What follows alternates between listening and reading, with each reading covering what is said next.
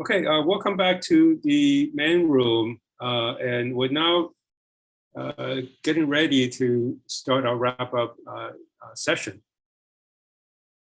Okay, so I hope everybody had enjoyed the presentation and discussion today, as well as yesterday. Despite the difficulty and challenges during the pandemic, which doesn't seem to abate anytime soon, one of the most rewarding encounters in the last few months is actually the ability to gather like this and share our struggle as well as our discoveries. So without further introduction, I'd like to invite my fellow organizing committee members to join me and offer their reflections and observation over the last 2 days. For the audience, I would like to invite you to our Jamboard to share your thoughts as well, and I will be adding the link so that you can all have access to it. So if you go to the chat, you can see the link there. All right, so are the organizing committee members ready? Dirty, let's start with you. Yes, thank you, Jeff. Yeah, so it was a very, I guess, interesting and productive and fruitful discussions that we had in our session. So my session was on the children-focused session.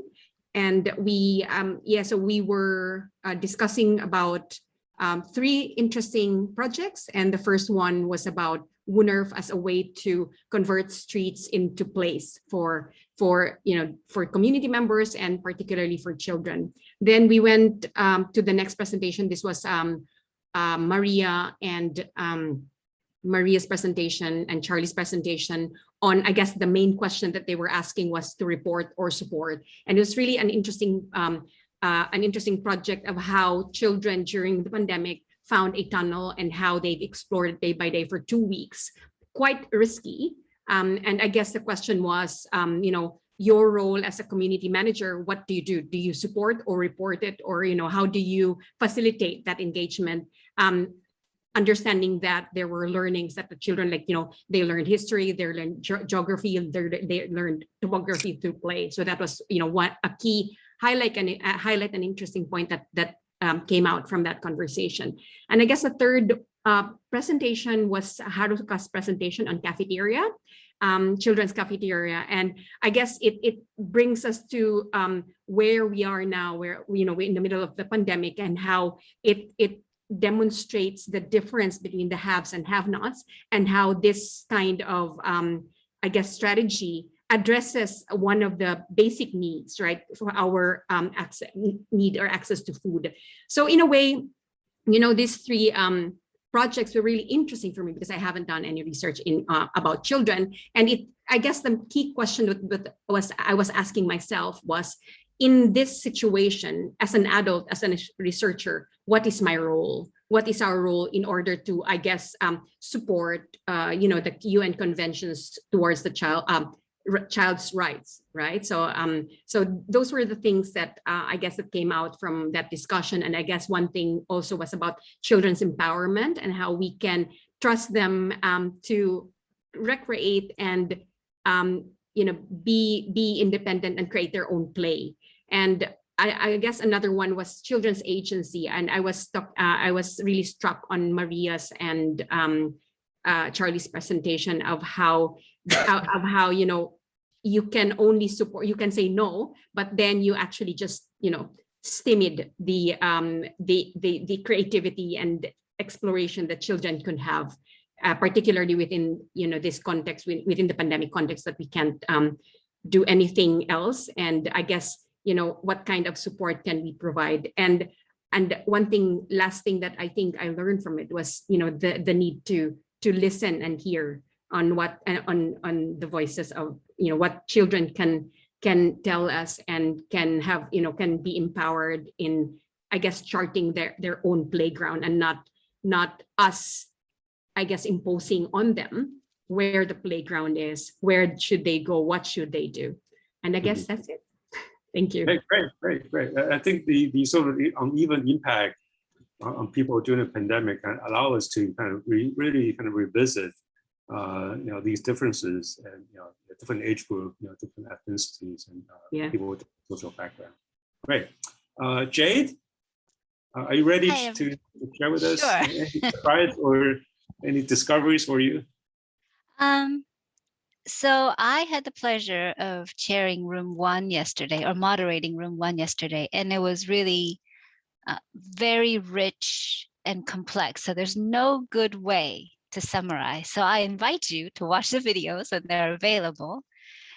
Instead, I'm going to piggyback off of what Durley just said, and to use 2 phrases that Arijit brought up yesterday, which were deep listening and deep conversations. So Durley, you talked about how we need to listen, and I don't think that's a new discovery for those of us in this group. We all really want to listen because we know the importance of listening. The addition of the word deep, I think, is something that we could sort of sit with and think about some more. And that's because with COVID, there's a different sense of time and space now, right? We're able to connect online, and it's kind of strange and not just virtual. It's a little bit disorienting, but it's created some possibilities for us, such as this forum. And in my own teaching, I was able to get people to come and give really great lectures, which my students really enjoyed. So this kind of ability to transcend local time and space has helped my students to go, oh, they have a very similar issue in Delhi or in Taipei compared to Sydney. So that the opportunity here is this sort of networking or somehow a commons that recognizes locality and distance. So I'm glad we get to do this, and I feel like the Kobayashi sensei's work, that it was a little greenhouse, but it's kind of populating or reproducing itself throughout Japan, and that's very hopeful. So those are my thoughts, like how has this deep listening and deep conversation enabled us to see commonalities while recognizing some differences. Oh, sorry, there's one more. And today, when I sat in with room 1 today, I really liked how Hendrik's sort of forecasting what the students might encounter as future professionals. Maybe they're consultants, maybe they work for the UN or whatever, and how the consulting world treats space as sort of not local enough, and so in his work and bringing in that aspect of how globalized placemaking takes place, I think is great. So those are my thoughts. Great. One of the key takeaways for me as well. Okay, Arijit. So I presented yesterday, and today I had this really good fortune to moderate an incredible session. And there are 3 people in there, and I learned a lot from them. So to begin with, Dr. Tan's project, she was talking about a 3-module class that she taught during COVID, which basically halfway through COVID, she had to quickly transform. But there's one thing she said, which we usually do not talk about when we talk about community engagement, the role of the teacher.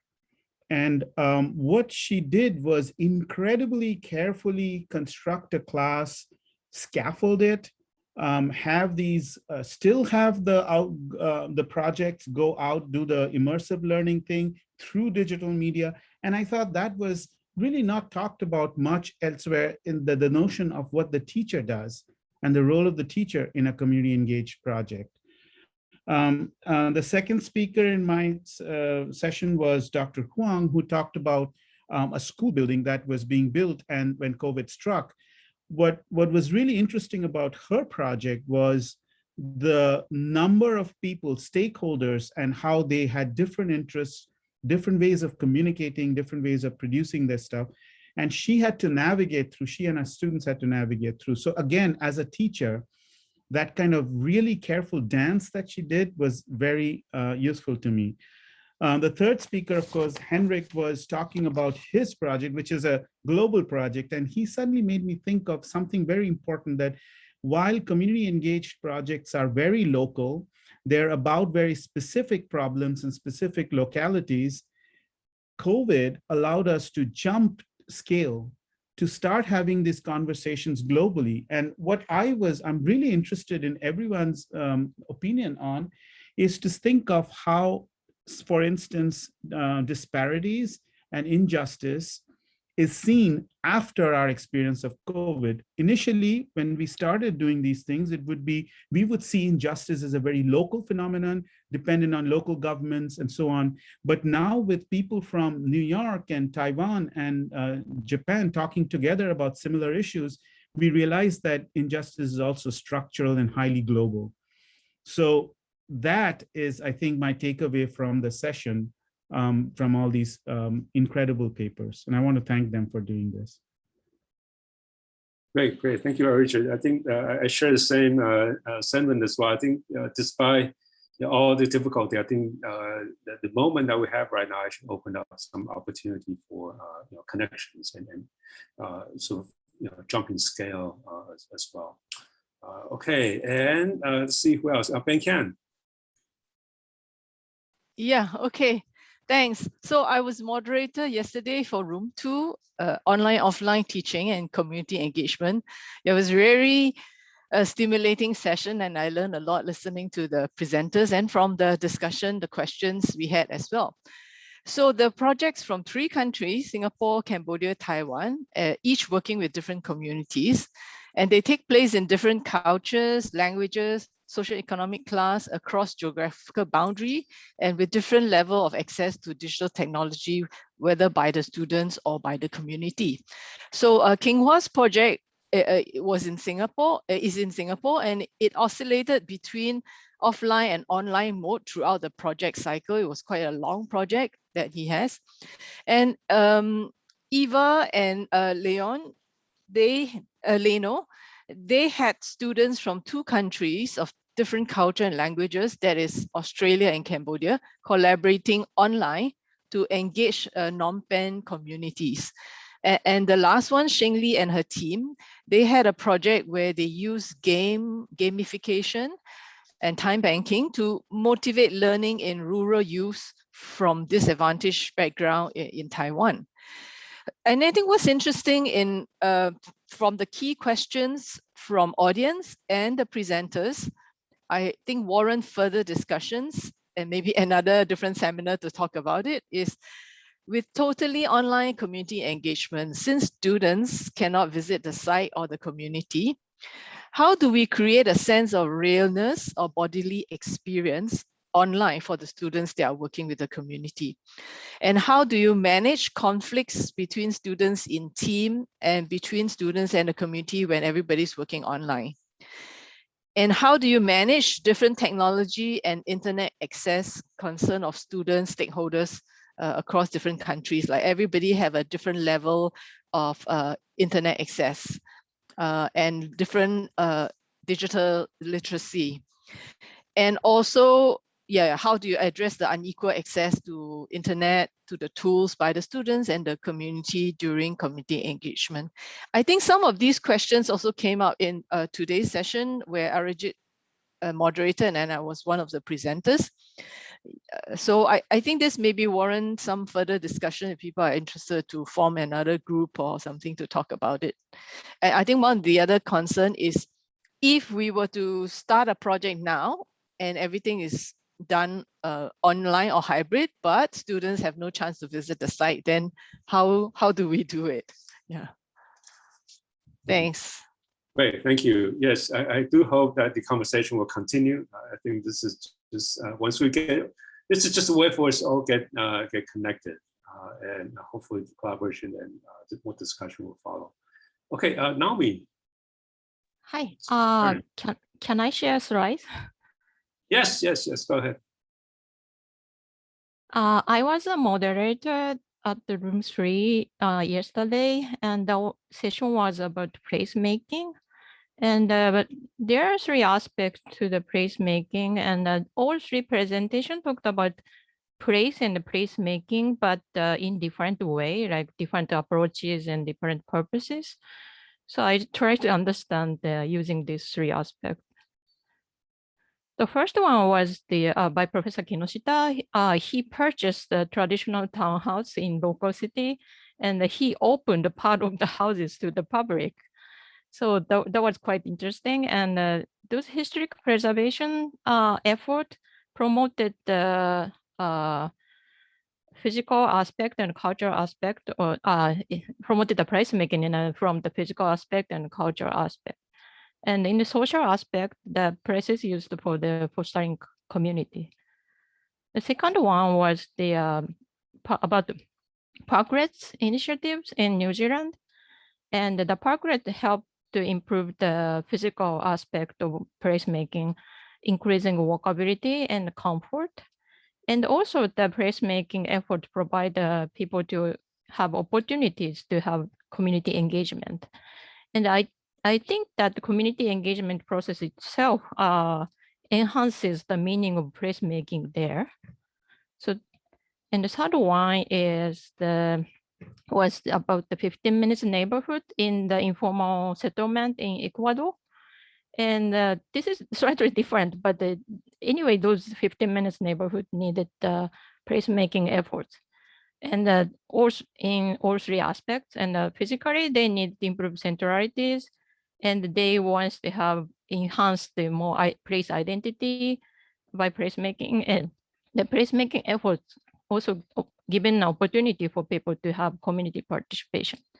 So 3 presentations was really great, interesting, but slightly different. But the one thing in common here is that the social aspect, all placemaking efforts encourages more people to join and join in the participation process and those kind of things. But here is the thing. That during the pandemic, social aspect was the most affected one and quite damaged. So here's my question, and how we can cover the loss of the social aspect with the other aspect like physical or cultural or environmental, whatever, but the physical and cultural aspects. So mainly, like we already talked about the digital tool, and to cover the loss of the social aspect, we mainly use the IT tools like Zoom we are using now for the webinar. But many of the presenters say that it's not enough to have enough sufficient communications. So they use the physical aspect, like the presenter one had the smaller gatherings instead of the one big gathering, and the progress helps people to have more outdoor spaces to communicate safely. The physical aspect, we are working on that, but here's the thing, the cultural aspect, we don't know how to use this cultural aspect. And actually, presenter one was talking about the smaller gathering with their people telling the ghost stories to attract more new people to come to join in a community, have communication in the local areas.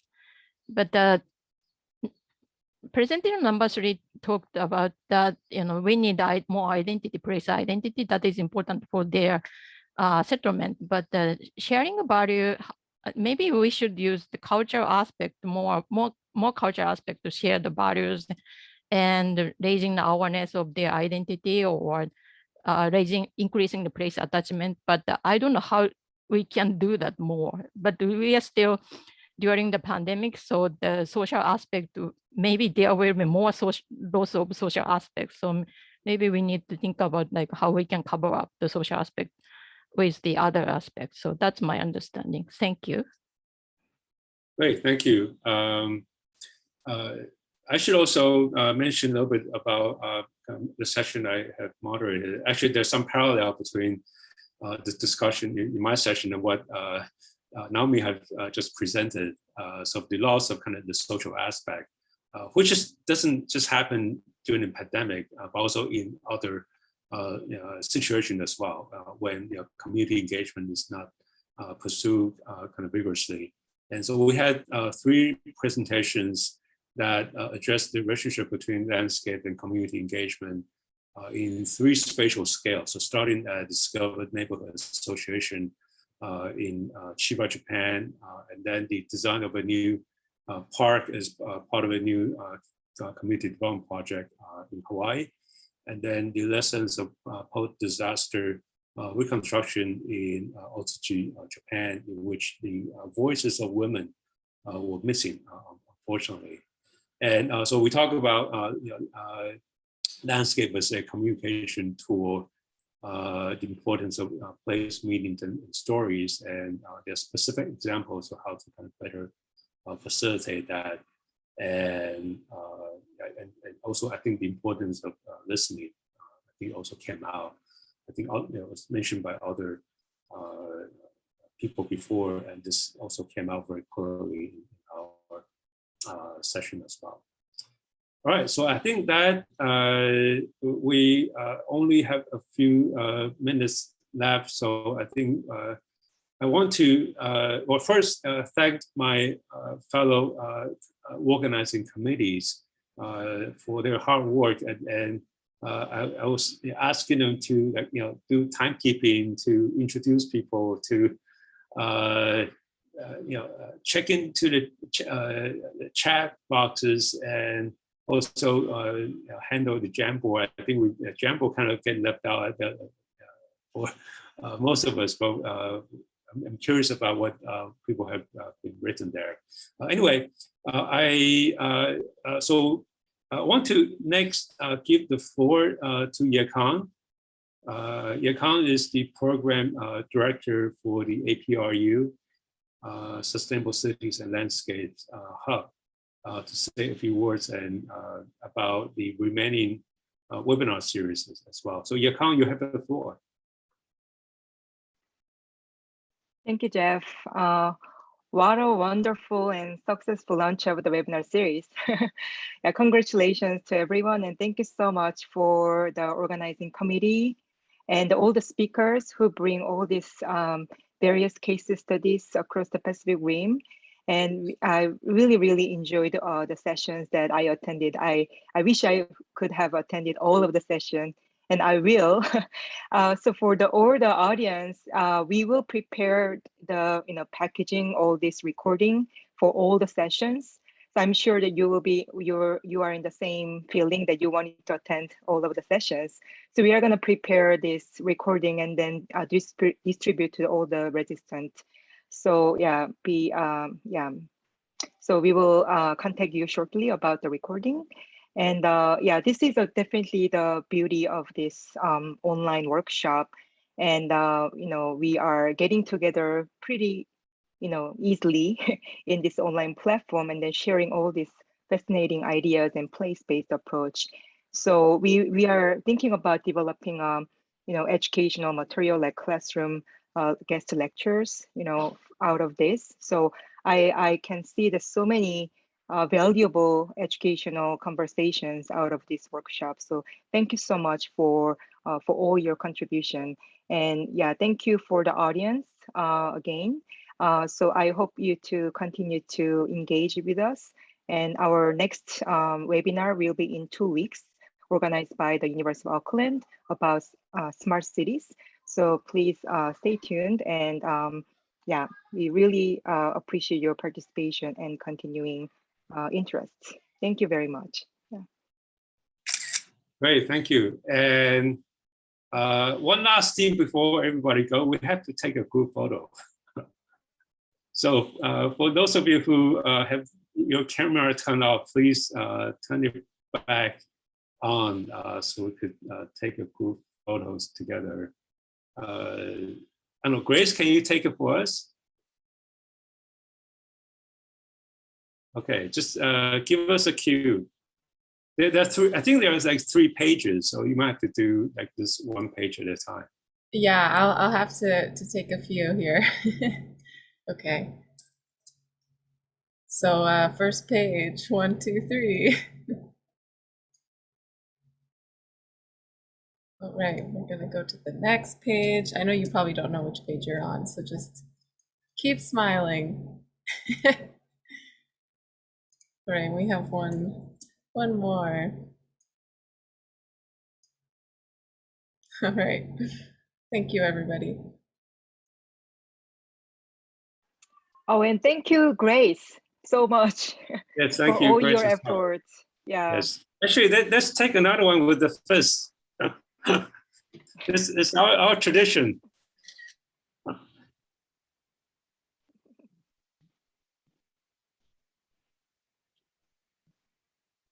Okay, you got all the pages? Okay, wonderful. Okay, thank you, Grace. Thank you to everyone, and I hope we can all stay connected. And we're hoping to have another network conference, hopefully in person next year, and very likely in Hawaii. So this is just a preview. I know we'll be continuing to work with APRU. This is we're very much hoping that this can happen. Okay, so thank you very much. Thank you all for your time, and I look forward to hearing more from everybody. Thank you very much. Thank you. Bye. Bye. Bye. Take care. Bye. Everybody. Thank you very much. Jeff. Thank you.